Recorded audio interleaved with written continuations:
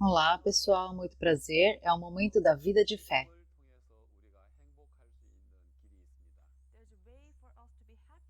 Existe um caminho pela fé na qual podemos ser felizes, mas a fé pertence a Deus.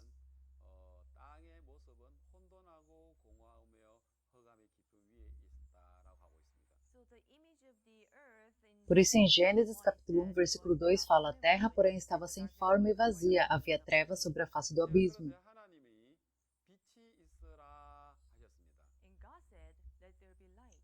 E disse Deus: haja luz. Essa luz é a luz de Jesus Cristo.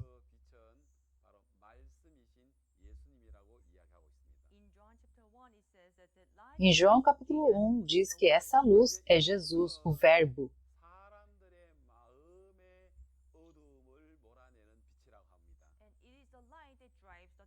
Essa luz é a luz que expulsa a escuridão no coração das pessoas. O sol ilumina claramente toda a terra.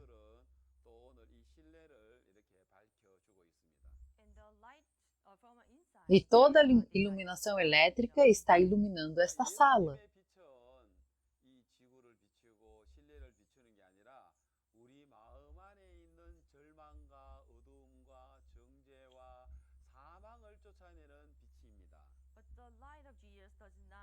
Mas a luz de Jesus não é aquela luz que ilumina a terra ou esta sala, mas é uma luz que expulsa a desesperança, escuridão, condenação e a morte que está em nosso coração. Jesus é o Criador. Ele veio nessa terra como Verbo há 2000 anos atrás. E ele, vindo nessa terra, se encontrou com muitas pessoas.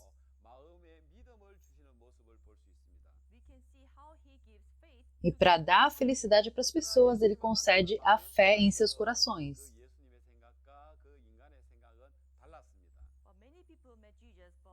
Mas essas muitas pessoas que se encontraram com Jesus tinham um pensamento diferente com o de Jesus. Ultimamente, através de João, eu pensei sobre a fé.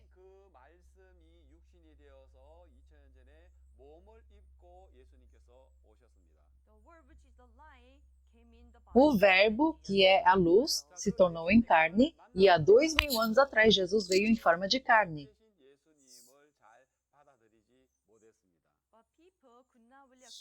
Mas as pessoas que se encontraram com Jesus não conseguiam receber esse Jesus como luz.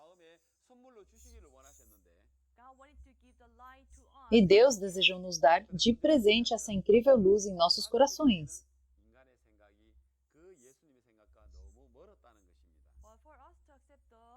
Mas o problema é que o pensamento humano estava muito longe do pensamento de Jesus para receber esta luz.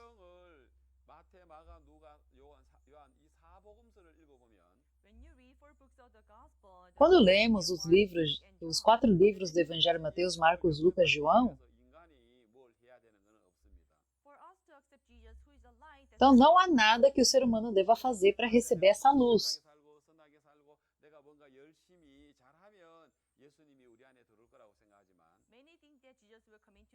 Muitas pessoas pensam que devem ser mais bondosos, dignos e dedicados para que Jesus possa entrar.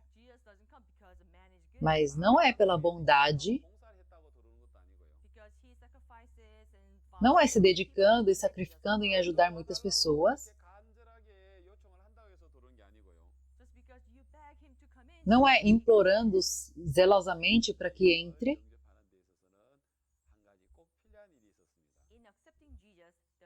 mas uma coisa era necessária para receber Jesus. Isso é, abandonar todo o conhecimento que temos.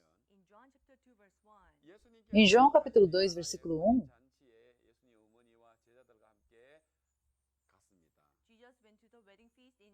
Jesus tinha sido convidado para o banquete da Cana da Galileia com sua mãe e seus discípulos.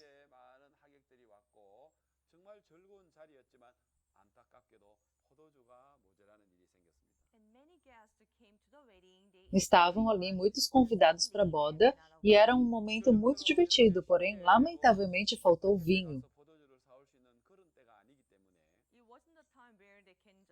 Naquela época não era como hoje em dia de poder comprar em algum supermercado. Então, faltar vinho era um problema sério.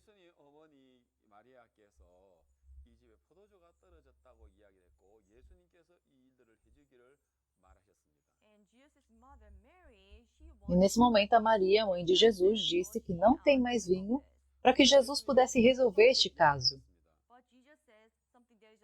Mas Jesus disse algo inusitado. Ele disse: mulher, que tenho eu contigo? Ainda não é chegada a minha hora. Eu pensei, por que Jesus disse que não tem nada a ver com ele? E por que ele diz que não é chegada a sua hora? E me baseando na Bíblia toda, quando Deus trabalha, nós humanos devemos largar de nossas mãos. Enquanto nós humanos ficamos trabalhando esforçadamente, Deus fica à espera. E pensei, mesmo que tenha acabado o vinho,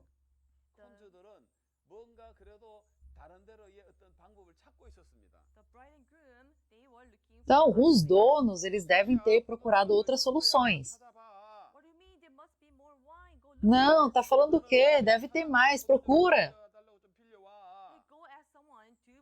E você vai lá pegar emprestado de outras pessoas. Enquanto isso, Jesus fica esperando. Mas para ter relação com Jesus,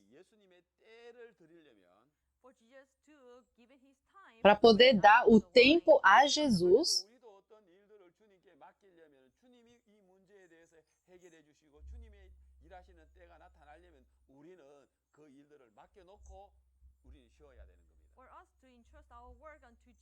nós também, para depositar algo a Jesus, para que ele resolva tal problema, para que chegue o tempo de Jesus trabalhar, nós devemos depositar a ele e descansar. Por isso, quando Jesus trabalha, nós devemos largar de nossas mãos. Quando o dono não tinha mais maneiras, Jesus chamou os serventes e disse para encher as talhas de água.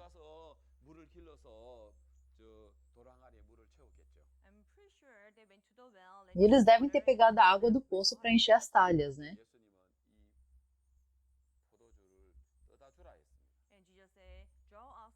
E nesse momento Jesus diz para levar a água para os convidados. Os serventes ficam assustados. Jesus, isso é água. Fomos nós que enchemos as talhas com a água do poço. Porém, os convidados querem vinho. Mas é para levar água? Não, isso aqui é vinho. Não, Jesus, isso é água. E assim entraram em colisão. Não sei quanto tempo se passou, mas novamente os serventes deixaram seus pensamentos, jogaram fora o pensamento de que era água e aceitando a palavra de Jesus. E quando foram distribuir aos convidados, quando eles beberam, era vinho.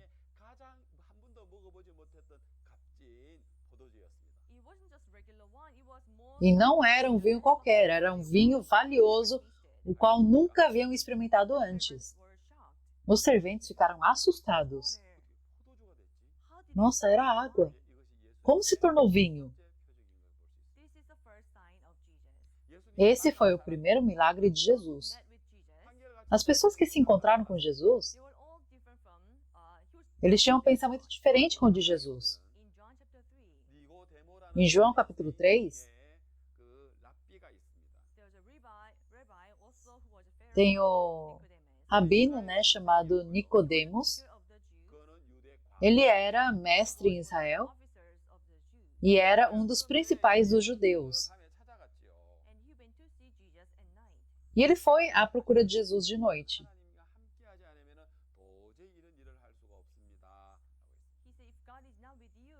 E disse: ninguém pode fazer esses sinais que tu fazes se não estiver com ele, se Deus não estiver com ele. E Jesus fala: em verdade te digo que se alguém não nascer de novo, não pode ver o reino de Deus. Ele diz que tem que nascer de novo. Mas Nicodemos não estava entendendo. Mas como? Eu tenho que voltar ao ventre materno? Quem não nascer da água e do Espírito não pode entrar no reino de Deus. O pensamento de Nicodemos não combinava com o de Jesus. Por isso Nicodemos não conseguiu aceitar a palavra de Jesus.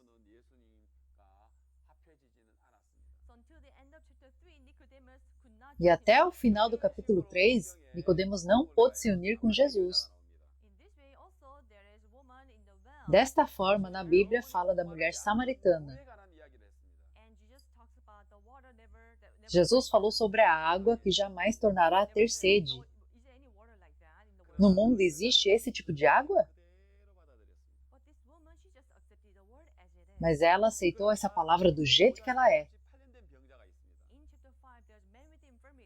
E no capítulo 5 fala sobre o enfermo há 38 anos. Ele não conseguia se mexer nem um pouco, né? Ficou muito tempo deitado.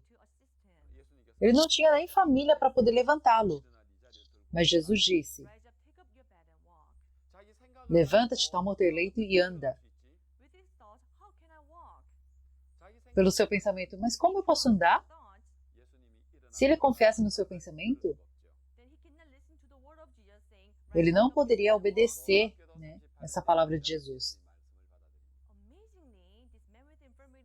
Porém, surpreendentemente, esse enfermo aceita a palavra de Jesus. E em João capítulo 6, no deserto, as 5.000 pessoas não tinham o que comer. Por isso os discípulos queriam enviar as multidões para as aldeias comprar comida. Mas Jesus disse: não precisa retirar-se, dai-lhes vós mesmos de comer.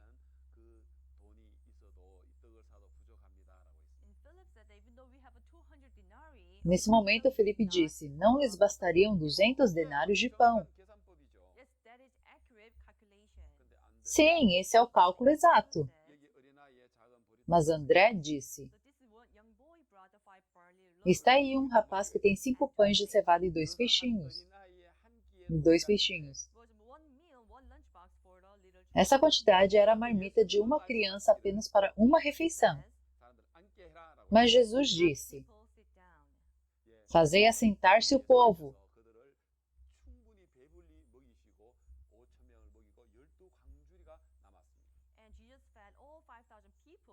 E Jesus alimentou os 5.000 com fartura e ainda sobejou 12 cestos cheios.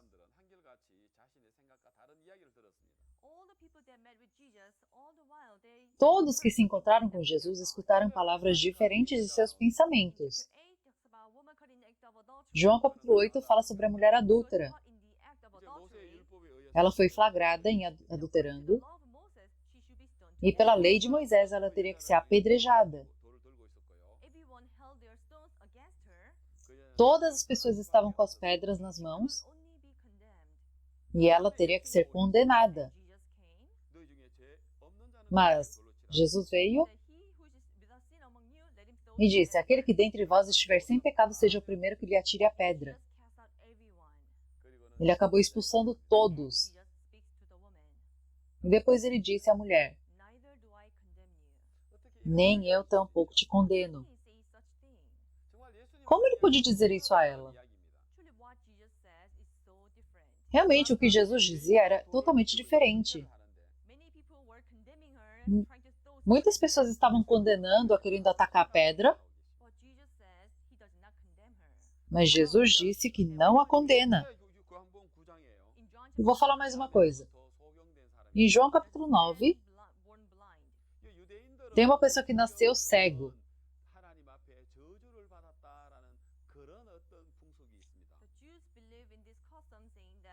Os judeus, quando se trata de cegueira, dizem que é uma maldição. E esse cego, ele mesmo pensou, nossa, acho que tinha muito pecado na minha família. Ou então, acho que pequei muito. Eu fui amaldiçoado por Deus. Todos, né, quando nasce alguém cego em sua casa, pensam dessa forma. E, então, quando é pobre, o cego vai mendigar contra a vontade. Mas se tiver sustento sem necessidade de mendigar, então o cego jamais vai para fora.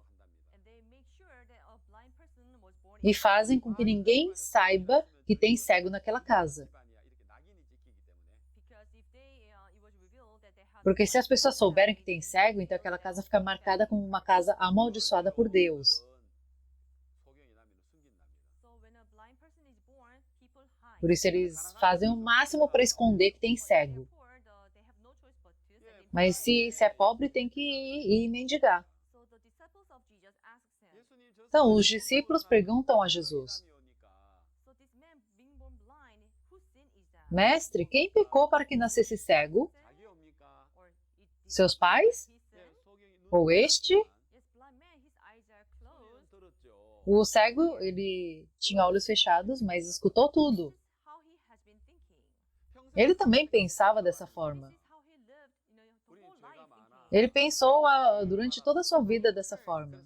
Nós temos muito pecado. Eu fui amaldiçoado. Por isso eu não consigo ver o sol. Mas a resposta de Jesus era diferente. Nem ele pecou, nem seus pais. Mas foi para que se manifestem nele as obras de Deus. Em outras palavras, isso é para a glória de Deus. Isso não é maldição. Isso é bênção. É para manifestar as obras de Deus. Mas o cego nunca havia escutado isso. Ele achava que era maldição. Ele sempre foi condenado. Ele achava que havia sido castigado por Deus. Ele achava que tinha muito pecado na sua família. Mas a resposta de Deus era diferente. Era totalmente diferente. Isso é bênção. E quando o cego escutou isso, entrou a verdadeira luz no seu coração. Embora os olhos estivessem fechados, mas aquela palavra que saiu da boca de Jesus se tornou luz para essa pessoa. É aquela luz que fala em Gênesis capítulo 1, versículo 3. No coração das pessoas que vivem na desesperança e na condenação,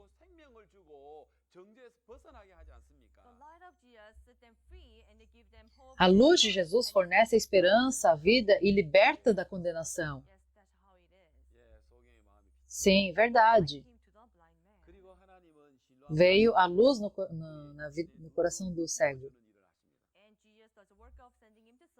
E depois Jesus abre seus olhos, enviando para Tanque de Siloé.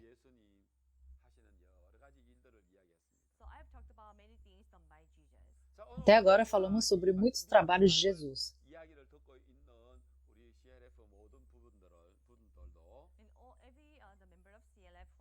E todos que estão aqui escutando a vida de fé pelo CLF,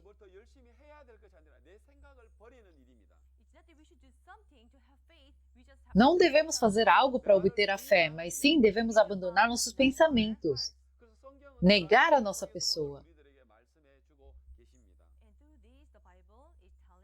E hoje a Bíblia fala para nós através dessas coisas. Em várias partes da Bíblia fala sobre isso.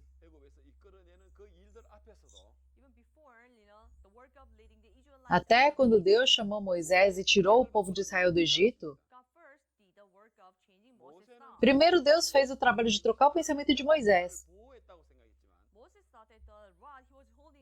Aquela vara que Moisés segurava, ele achava que isso protegeu ele. Mas Deus fez Moisés largar esse bordão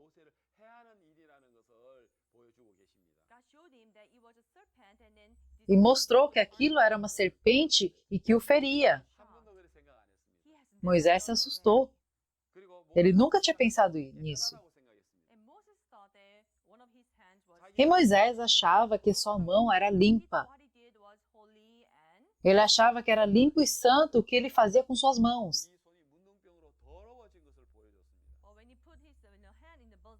Mas quando colocou no peito e tirou, Deus mostrou que a sua mão estava suja de lepra. Então Moisés achava que era limpa, mas Deus mostrou a mão suja.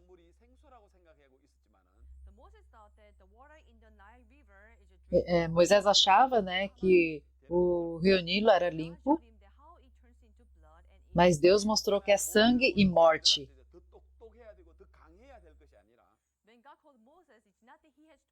Então Moisés não é que deveria ser mais inteligente e mais forte, mas tinha que abandonar o seu pensamento.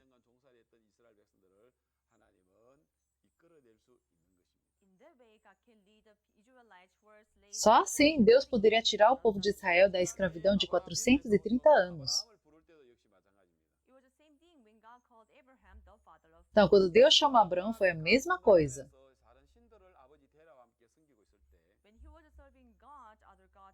Quando Abraão, junto de seu pai Tera, servia outros deuses da além do rio,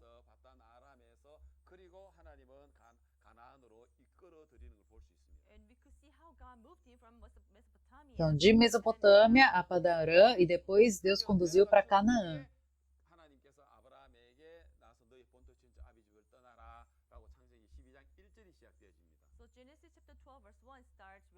E após a morte de Tera, Deus aparece a Abraão e diz para partir da terra, da parentela e da casa do pai. Isso fala em Gênesis capítulo 12, desde o versículo 1. Um dia eu estava lendo Gênesis capítulo 12 e pensei, quem será que escreveu o chamado de Abraão? Foi Abraão mesmo? Quem escreveu?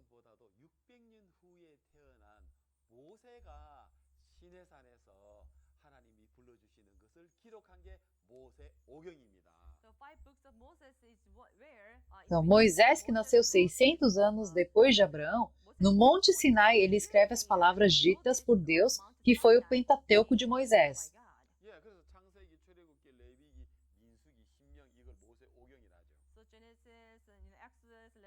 Então, Gênesis, Êxodo, Levítico, Números, Deuteronômio, esses 5 livros são chamados de Pentateuco de Moisés.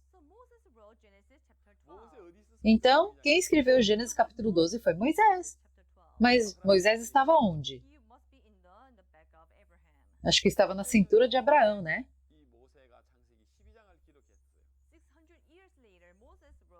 Então, após 600 anos, Moisés escreveu. E eu pensei,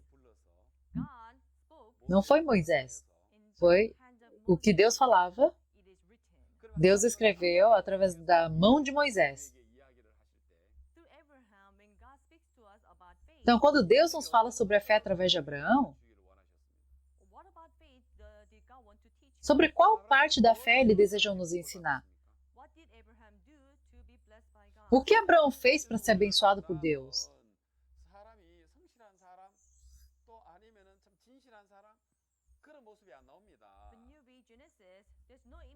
Quando lemos Gênesis capítulo 12, Abraão não aparentava ser uma pessoa dedicada ou fiel.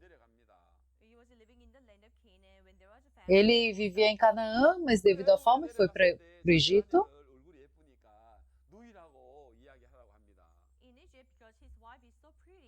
E indo para o Egito, já que a sua esposa era formosa, ele manda ela dizer que é irmã. Então, praticamente ele entrega sua esposa para Faraó, né? Que marido é esse, né? Mas por qual motivo Deus disse que Abraão é pai da fé? O mundo da fé que Deus se refere não é pela fieldade, bondade, essas coisas, mas é abandonar o próprio pensamento, é não confiar em si. A vida de fé não é viver dentro de mim, dentro da minha experiência. Mas a palavra surpreendente de Deus entrando dentro de nós, essa palavra nos faz jogar fora nosso pensamento e nos conduz para um mundo a qual nunca imaginávamos. Por isso, dependendo com quais olhos enxergamos, a vida de fé é abandonar a minha visão e enxergar pela palavra de Deus. Hoje existe esse mundo que enxergamos com os olhos,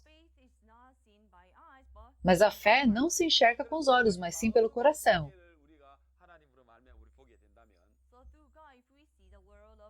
Por isso, se enxergarmos o mundo do coração através de Deus, podemos descobrir que esse mundo do coração é extremamente incrível. Então, com os 100 anos, Deus dá filho a Abraão.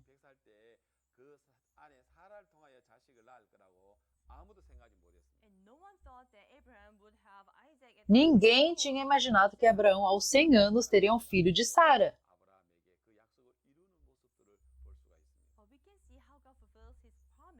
Mas Deus cumpre conforme sua promessa.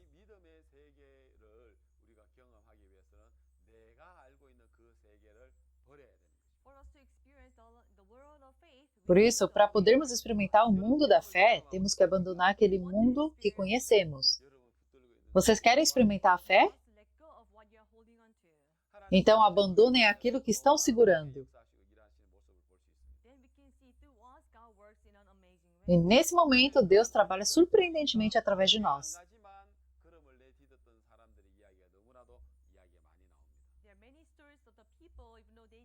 E na Bíblia fala bastante daquelas pessoas que deram seus passos mesmo sem compreender.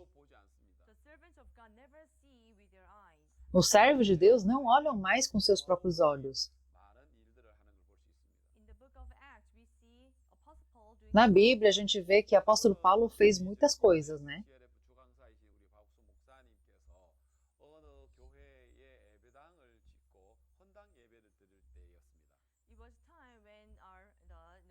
Um dia, no culto de inauguração de uma das nossas igrejas, o pastor Oxo Park, o preletor principal deste CLF,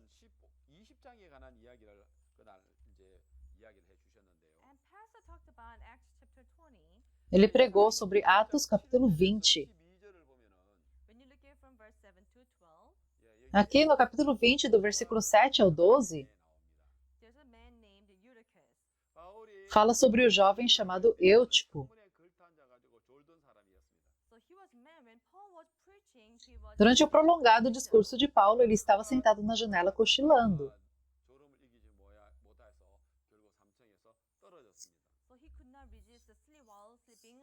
E, vencido pelo sono, acabou caindo.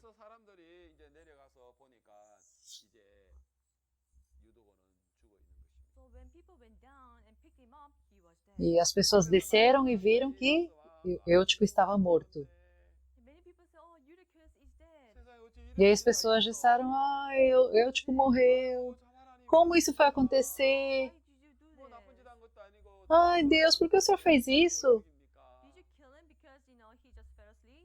Só porque ele cochilou um pouco, o senhor mata ele? E acho que a família dele também estava lá. Imagina o sofrimento da mãe, dele.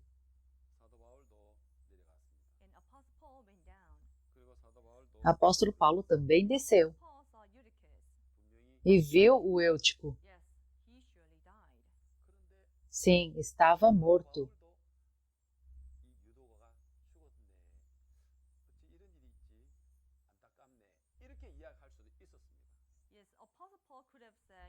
Então, o apóstolo Paulo também poderia dizer, está morto. Que lamentável. Eu não acho que ele não tenha pensado isso. E o pastor Park, falando sobre essa história,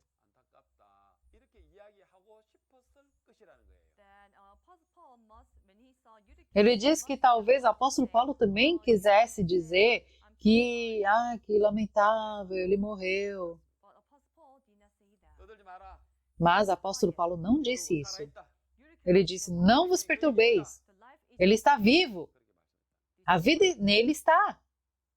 Ele disse assim. Será que ele disse isso porque ele não estava morto? Não, ele confirmou que estava morto. Mas ele não disse que estava morto. Ele disse que estava vivo. Ele disse, não perturbeis. Escutando isso, o apóstolo Paulo também confirmou que estava morto, mas ao invés de falar o que enxergou com os olhos, ao invés de falar o que ele confirmou com os olhos,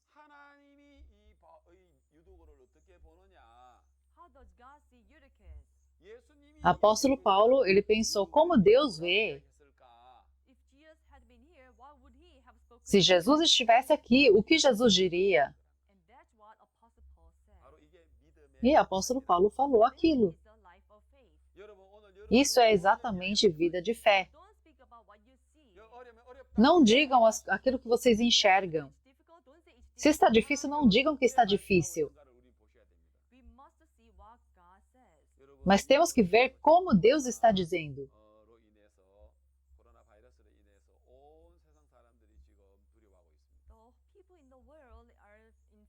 Agora, o mundo inteiro está com medo por causa do coronavírus.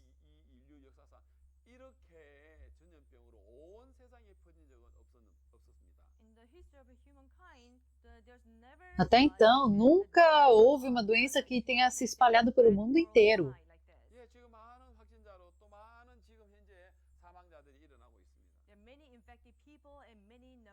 Existem muitos infectados e estão aparecendo muitos falecidos.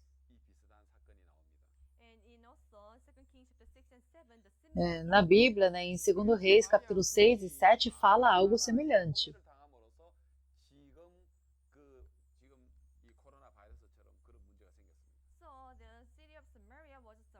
E a cidade de Samaria estava cercada pela Síria e houve problemas como se fosse o coronavírus.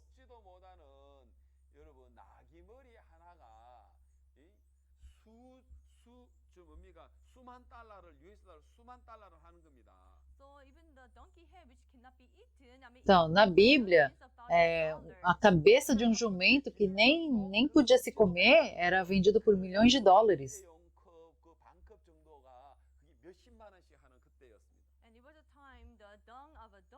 E a metade de um copo descartável de esterco de pombas por trocentos dólares, né? Sabem o que aconteceu na cidade de Samaria? As mulheres coziam seus filhos de tanta fome, porque estavam quase morrendo de fome. Por isso elas fizeram um trato, vamos comer nossos filhos. Hoje cozemos o meu, amanhã cozemos o seu. Nossa, como isso, né? A fome era tão severa que as mulheres coziam seus filhos. Naquele momento, Eliseu também estava naquela cidade. Que difícil. Nossa, isso nunca aconteceu. Como foi acontecer isso em Samaria? Sim, porque ele também estava dentro dessa cidade. Mas Eliseu não disse isso.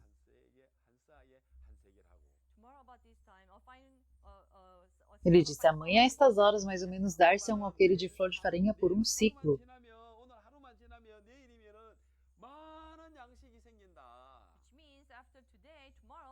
Isso significa que só passar hoje que amanhã vai ter muitos alimentos. Mas cadê os alimentos?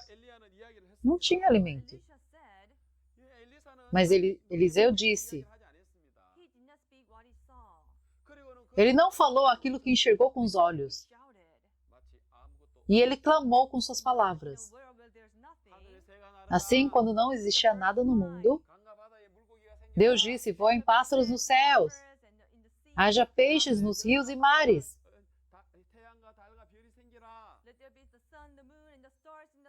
Haja sol, lua, estrelas no firmamento. E haja todo tipo de animal na terra.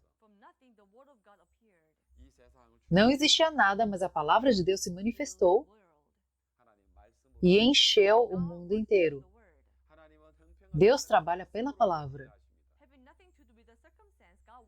Deus trabalha pela palavra independentemente da situação.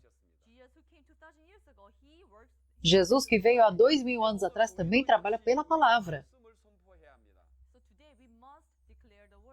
E hoje também nós devemos proclamar a palavra.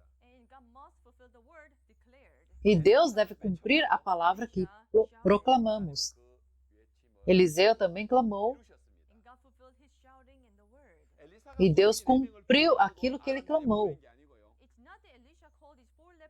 Não foi Eliseu que chamou os 4 leprosos e enviou para o arraial dos Círios. Eliseu não fez isso. Deus conduziu o coração dos 4 leprosos e enviou para o arraial dos Círios. Isso é exatamente vida de fé. E Deus deve cumprir conforme essa palavra.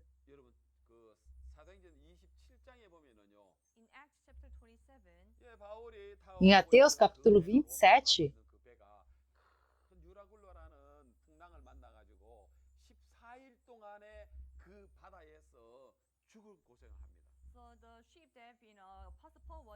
o navio em que Paulo estava se direcionava para Roma, onde se depara com um tufão de vento chamado Euroaquilão e passam dificuldade por 14 dias.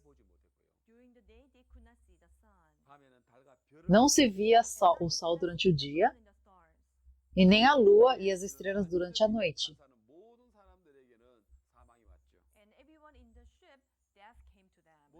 E já não tinha mais esperança de salvamento. Todos pensaram, morremos. Eles não conseguiam pensar em outra coisa além disso. Naquele momento, Paulo diz o quê?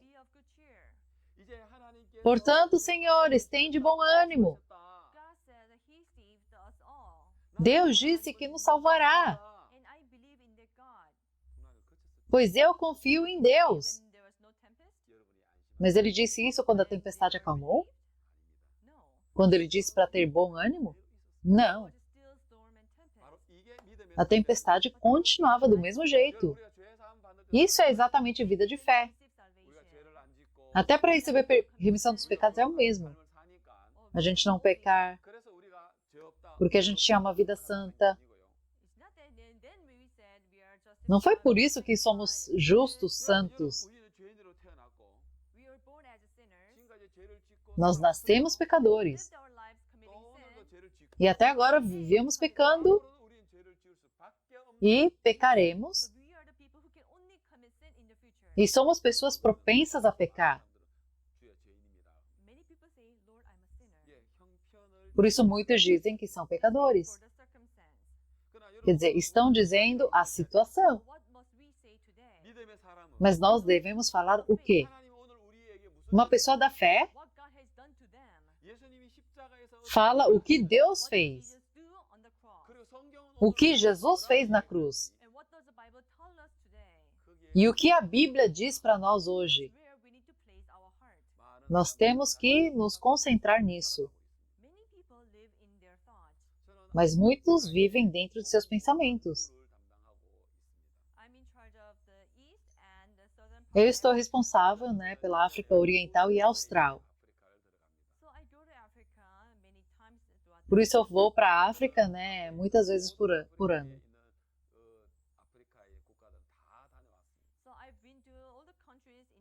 E eu já passei por todos os países da África, do Sul e Oriental.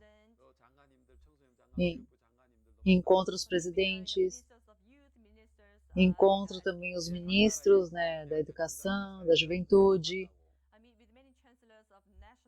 Também encontro os reitores das universidades particulares e públicas. Encontro também muitos líderes cristãos.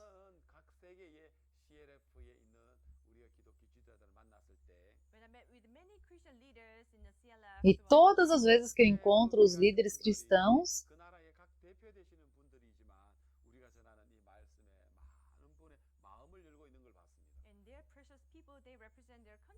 e esses líderes preciosos que representam seus países, eu vi muitos deles de coração aberto escutando a nossa pregação.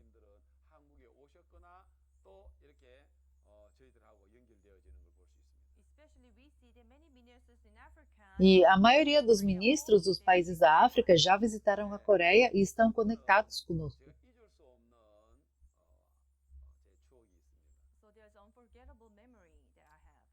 Eu tenho uma memória inesquecível.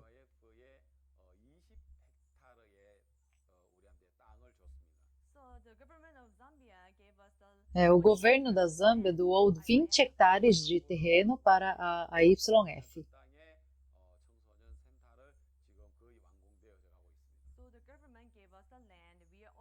O governo doou e estamos quase terminando de construir o centro de juventude. E isso foi há 3 anos atrás.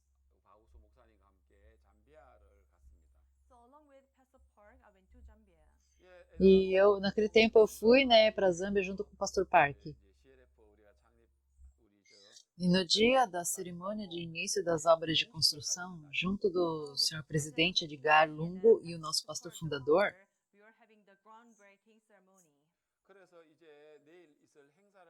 eu tinha ido ao local do evento para os preparativos.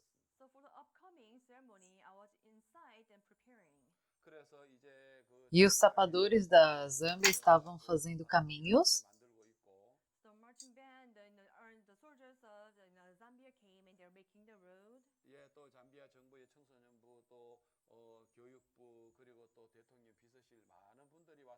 E muitos do Ministério da Juventude, da Educação e do Gabinete Presidencial estavam no local preparando a cerimônia do dia seguinte. E eu soube pela secretária sobre a agenda do Sr. Presidente.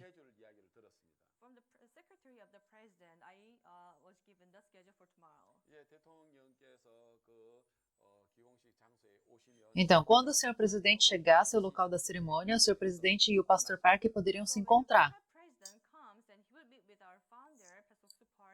E o Sr. Presidente daria a mensagem de felicitações. E o pastor daria a mensagem. Também o coral Graças apresentaria. E teríamos diversas cerimônias. E após o término, o seu presidente iria para um outro evento numa outra região.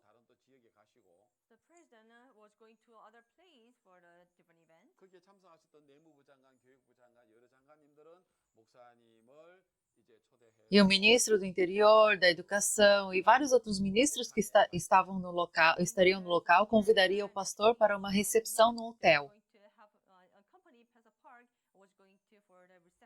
Então, não haveria outro encontro do Sr. Presidente com o pastor além do local da cerimônia.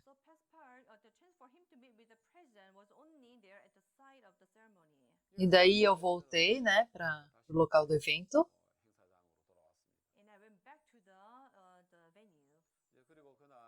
E terminamos os preparativos e no dia seguinte acordamos bem cedo.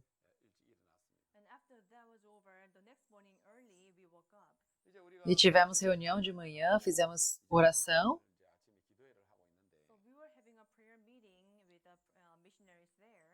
E o pastor Oxo Park, ele me disse assim: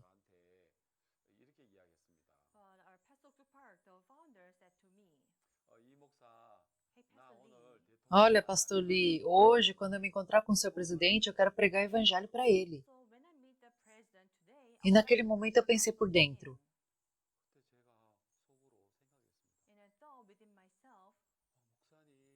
ah, pastor, amanhã não dará tempo de se encontrar com o seu presidente individualmente.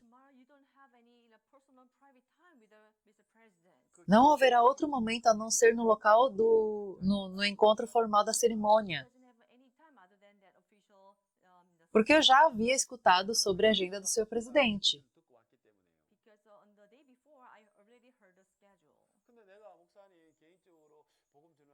Mas eu não disse isso para o pastor, que eu achava que não daria tempo de pregar o evangelho ao senhor presidente.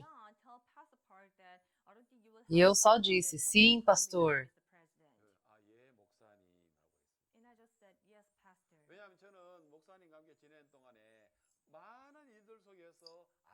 Porque durante todo esse tempo que passei com o pastor, eu vi muitas coisas se realizando das que não era para dar certo e das coisas que eram impossíveis.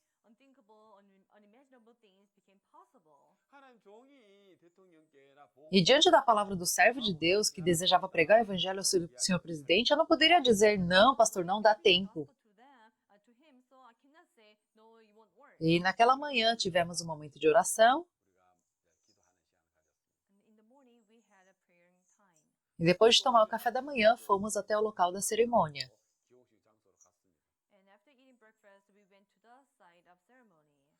E quando estávamos quase chegando, nos ligaram do gabinete presidencial.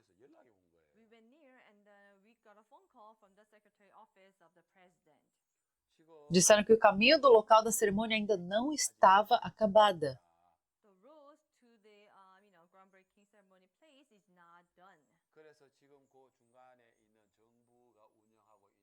Por isso disseram que era para a gente ficar esperando no Instituto de Pesquisa do Governo que fica no meio do caminho.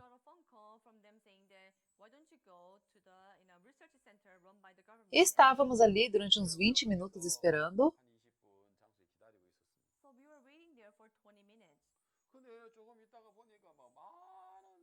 Mas depois de um tempo, muitos carros estavam vindo em nossa direção.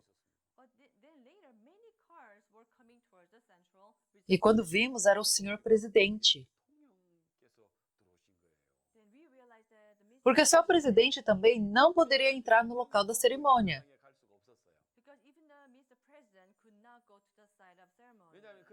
Porque para poder entrar no local, o caminho já teria que estar pronto, mas ainda não estava.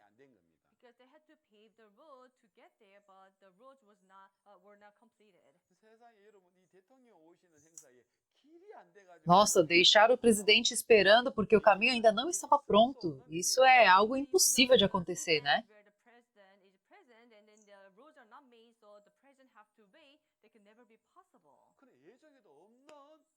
Mas foi improvisado um encontro individual do senhor presidente com o pastor Park.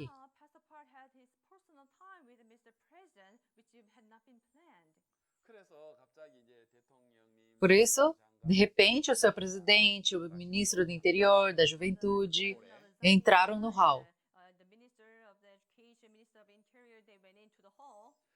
Depois entrou o pastor Park, o tradutor, né, pastor Park e o missionário da Zâmbia.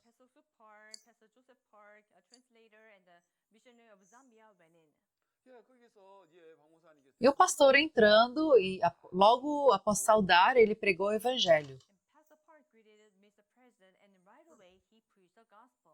E eu escutei a gravação daquele encontro. O pastor Park disse, excelentíssimo senhor presidente, eu sou pastor. Eu, quando li a Bíblia pela primeira vez, eu não conseguia entender. E o meu coração era diferente com a Bíblia.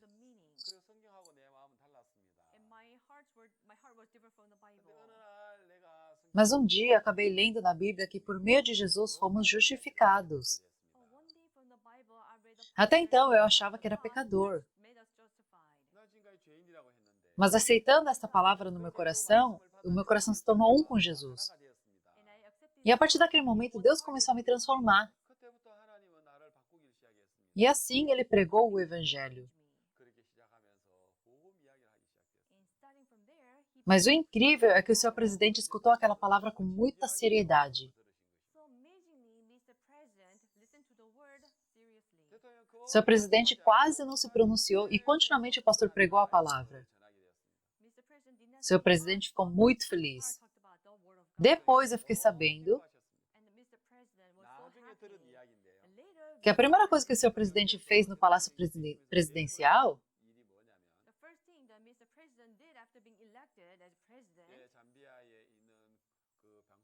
foi ordenar montar uma rádio cristã na Zâmbia.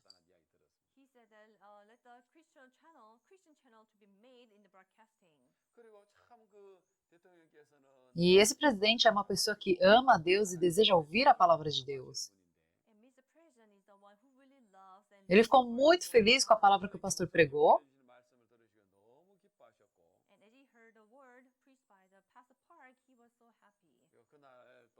E também naquele dia teve um momento de oração pelo senhor presidente e pela Zâmbia. E quando esse encontro terminou, o caminho do local ficou pronto.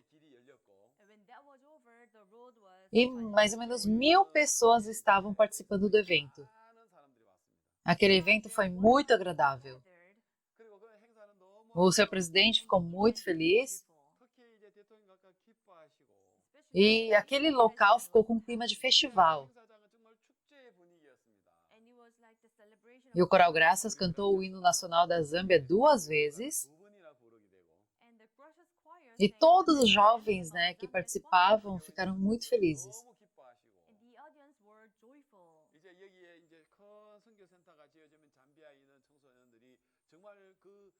E agora, quando esse centro de juventude da Zâmbia ficar pronto, vai ser um centro onde os jovens adormecerão dentro da felicidade e despertarão dentro da esperança. Eu ainda não consegui esquecer, Pastor Lee, eu quero pregar o evangelho para o seu presidente. Mas como será que essa palavra vai se cumprir? Mas pude ver Deus cumprindo essa palavra de forma muito surpreendente. Realmente fiquei muito impressionado. Na verdade, não era para ter esse encontro com o seu presidente.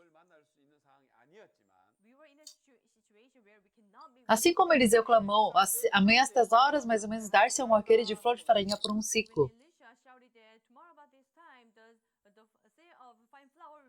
E por meio dos 4 leprosos, Deus fez eles irem ao arraial dos Sírios.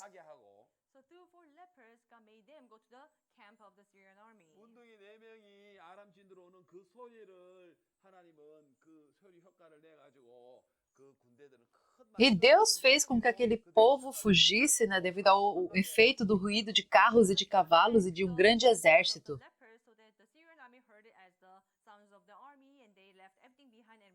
E podemos ver que Deus trabalha daquele jeito nesta época também. O que é a vida de fé? Jogar fora o meu pensamento e ter fé de que o Senhor trabalha. Em qualquer geração, os servos de Deus,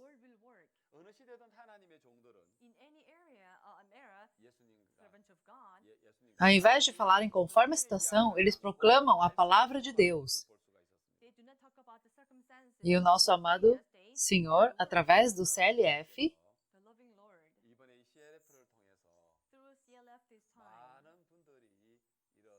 eu espero que seja uma oportunidade para que muitas pessoas possam viver essa vida de fé surpreendente.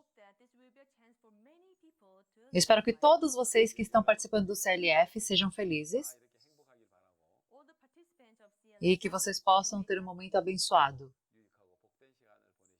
Então, vamos terminar por aqui. Muito obrigado. Obrigado.